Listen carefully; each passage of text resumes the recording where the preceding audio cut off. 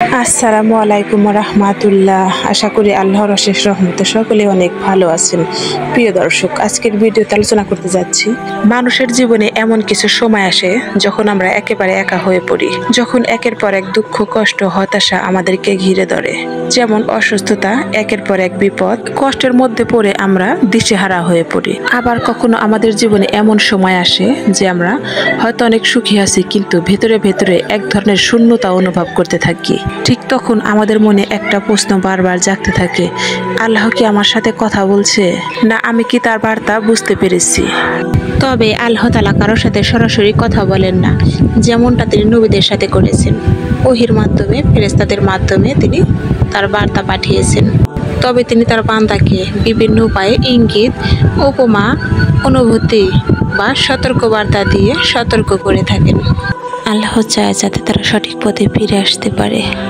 কোরআন ও হাদিস, অন্তরের অনুভূতি দ্বারা চারপাশের ঘটনার মাধ্যমে আমরা যেভাবে আল্লাহর সাথে যোগাযোগ ও কথা বলতে পারি। আর আজকের আলোচনা থেকে আমরা জানব কোন 5টি সুস্পষ্ট লক্ষণ দ্বারা বোঝা যায় যে আল্লাহ তাআলা আপনার সাথে কথা বলতে চাইছেন। চলুন এখন আমরা মূল আলোচনায় ফিরে যাই। তার আগে যারা এখন এই চ্যানেলে নতুন আছেন তারা ভিডিওতে একটি লাইক দিয়ে চ্যানেলটি অবশ্যই সাবস্ক্রাইব করবেন এবং পাশে থাকা অল নোটিফিকেশন বেলটি অন করে আমাদের সাথেই থাকুন। ধন্যবাদ। নাম্বার 1, কোরআনের প্রতি হৃদয়ের আকর্ষণ বৃদ্ধি পাওয়া। আল্লাহর সবচেয়ে বড় কথা হচ্ছে পবিত্র কোরআন। যখনই আপনার মনে হবে পবিত্র কোরআন তেলাওয়াত করা অথবা পবিত্র কোরআনের আয়াত শোনার, তখনই মনে করবেন আল্লাহ আপনার সাথে কথা বলছে। এভাবে বিভিন্ন উপায়ে আল্লাহ আমাদের সাথে কথা বলে থাকেন। যদি আপনার কখনো মনে হয় কোরআন তেলাওয়াত করতে আপনার মনে ইচ্ছা জেগেছে বা প্রবল আগ্রহ পাচ্ছে, তখন আপনি মনে করবেন এটি আল্লাহর পক্ষ থেকে বিশেষ একটি আহ্বান। আপনি হয়তো একটি বিষয় লক্ষ্য করবেন, পবিত্র কোরআনের একটি আয়াত বারবার আপনার সামনে আসছে।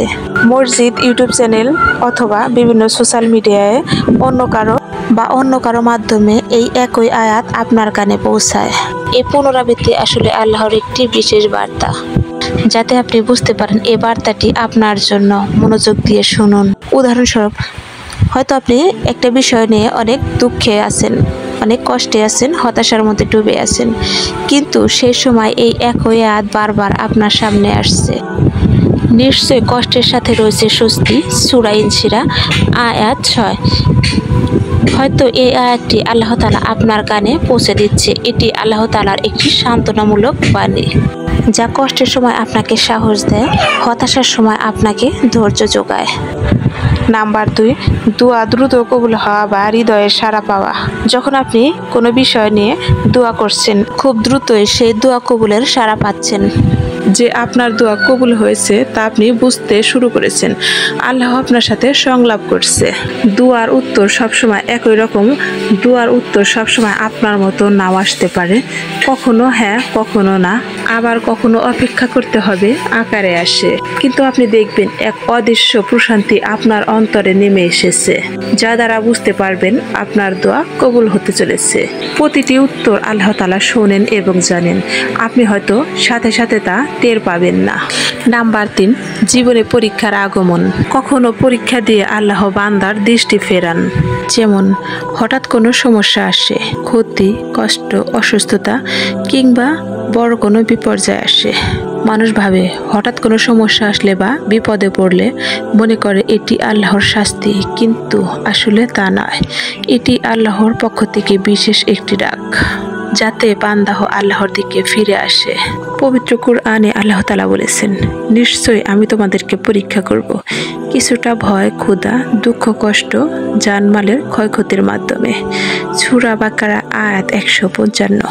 তাই জীবনে যখনই দুঃখ, কষ্ট কিংবা বড় কোনো বিপদ আসলে হতাশ হবেন না, বরং ধৈর্য ধারণ করবেন এবং আল্লাহর দিকে একাগ্রত হয়ে ফিরে আসবেন। হতে পারে এটি আল্লাহর পক্ষ থেকে ডাক, যে আল্লাহ তাআলা আপনাকে তার আরো কাছাকাছি করতে চাইছেন বা ডাকছেন। হতে পারে আল্লাহর আরো কাছে যাওয়ার এটি বিশেষ একটি মাধ্যম। এটাই আসলে আল্লাহর সাথে যোগাযোগ করা ও কথা বলার বিশেষ একটি মাধ্যম। আল্লাহ তাআলা আমাদেরকে বলেন, তোমরা ফিরে আসো, তোমরা আমার কাছে ফিরে আসো, আমি তোমাদের জন্য সব সহজ করে দেব। নাম্বার 4, অন্তরে বিশেষ তাগিদ বা অনবরত বোধ জাগা। কখনো কখনো আল্লাহ তাআলা আপনার অন্তরে শক্তিশালী বিশেষ এক তাগিদ বা বোধ জাগ্রত করে দেন, বা হঠাৎ মনে হলো আপনার নামাজ পড়া দরকার।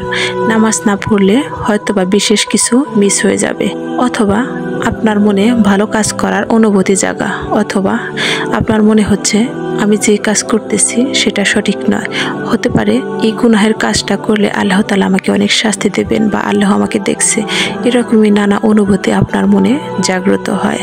পাপ থেকে ফিরে আসা, ভালো কাজ করার প্রতি অধিক আগ্রহ জাগা, নামাজ পড়া, কোরআন তেলাওয়াত করা এবং আল্লাহর জিকির ও তাজকিরে মনোযোগ নিবেশ করা। এগুলোই হতে পারে আল্লাহ তাআলার কথা বলার অন্যতম একটি মাধ্যম। হয়তো আমরা অনেক সময় তা বুঝতে পারি না। আল্লাহ তাআলা আমাদের সাথে সরাসরি কথা বলেন না, তিনি আমাদের সাথে কথা বলেন বিভিন্ন ইঙ্গিতে, ইশারায় ও লক্ষণের মাধ্যমে, কিন্তু আমরা তা সরাসরি বুঝতে পারি না।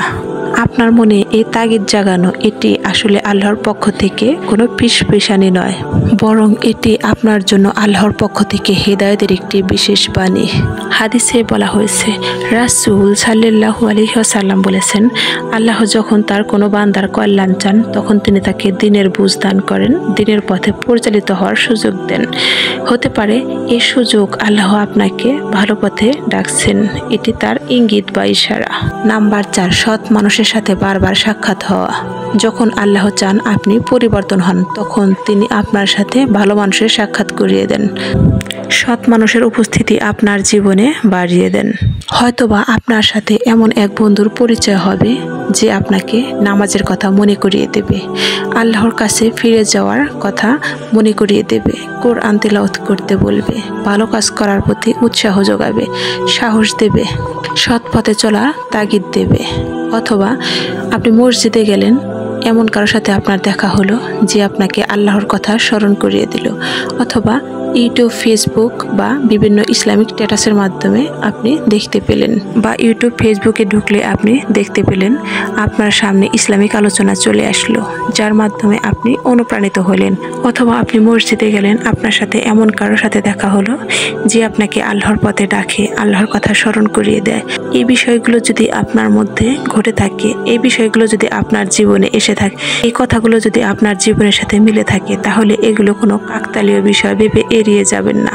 হতে পারে এটি আল্লাহর পক্ষ থেকে বিশেষ একটি ইঙ্গিত যে আল্লাহ তাআলা আপনাকে ডাকছে, আপনি তার দিকে ফিরে আসেন। আল্লাহ বলছেন, তুমি এসো, আমি তোমার জন্য পথ খুলে দিয়েছি। আল্লাহ আমাদের সাথে সবসময় কথা বলেন, আমরা তা বুঝতে পারি না।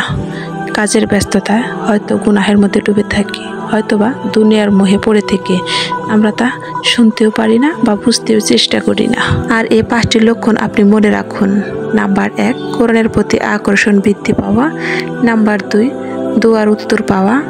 নাম্বার 3, পরীক্ষার মাধ্যমে দৃষ্টি ফেরানো। সৎ মানুষের সাথে সাক্ষাৎ পাওয়া। দর্শক, আজকের ভিডিওতে যে 5টি স্পষ্ট লক্ষণ সম্পর্কে আলোচনা করা হলো, এই লক্ষণগুলো যদি আপনার জীবনে প্রকাশ পায় তাহলে আপনি নিশ্চিত হয়ে যান যে আল্লাহ আপনার সাথে কথা বলছে। তবে এগুলো যদি আপনার জীবনে প্রকাশ পেয়ে থাকে তাহলে আপনার কর্তব্য হলো দেরি না করে আল্লাহর পথে ফিরে আসা, তার কথা শোনা এবং সৎ পথে জীবন পরিচালনা করা। প্রিয় দর্শক, ভিডিওটি কেমন লাগলো কমেন্ট করে জানাবেন, আর ভিডিওটি আপনার বন্ধু বান্ধবী, আত্মীয় স্বজন সকলের সাথে অনেক বেশি শেয়ার করবেন, যাতে সকলে জানতে পারে আর অনেক বেশি উপকৃত হতে পারে। আর আজকের ভিডিওটি এ পর্যন্তই, দেখা হবে আবারও কোনো নতুন ভিডিও নিয়ে। সে পর্যন্ত সকলে ভালো থাকুন, সুস্থ থাকুন, আল্লাহ হাফেজ।